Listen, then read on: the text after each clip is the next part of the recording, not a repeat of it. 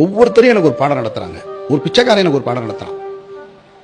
பிச்சைக்காரன் என்ன கற்றுக்க முடியும்? நீங்கள் ஒருத்தன் ஒரு பாடம் எனக்கு கற்றுக் கொடுத்துட்டு போகிறான். கண்ணாடி தட்டுறாரு, சிக்னலில் நிற்கிறேன், காசு கேட்குறாரு. எனக்கு தெரிஞ்சிருச்சு இவர் உண்மையிலே வறுமை கோட்டு கீழே இருக்காரு.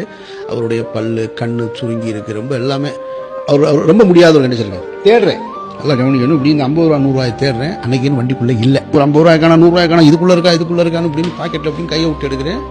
ஒரு 500 ரூபாயா வருது. அன்னைக்கு நான் வச்சிருந்தது 500 ரூபா தாட்கள். அவர் பார்த்துட்டாரு நான் தேடிக்கிட்டே இருக்கிறத.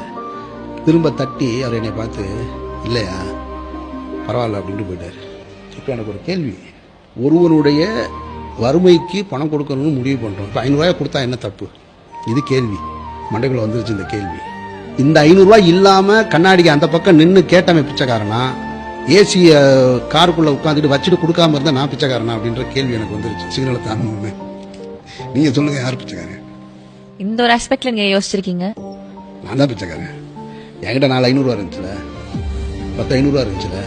ஒரு ஹோட்டலுக்கு போனால் டிப்ஸ் எடுத்து கொடுப்போம்ல, ஒரு ரெசிடென்சிக்கு போனோம்னா கொடுப்போம்ல, ஜிஆர்டிக்கு போனால் ஹயாத்துக்கு போனால் கொடுப்போம்ல, அங்கே மட்டும் கௌரவமாக கொடுக்குறோம்ல. அந்த கௌரவம் அந்த கண்ணியத்தையே இவனுக்கு கொடுக்கக்கூடாது. அப்போ நம்மளே தரம் பிரித்து வச்சுருவோம். இவருக்கு 2 ரூபா, இவருக்கு 10 ரூபா, இவருக்கு 5 ரூபா, இவருக்கு அதிகபட்சம் 50 ரூபான்னு. உண்மையாக சேர வேண்டிய 500 ரூபா இவனுக்கு தானே சேரணும்.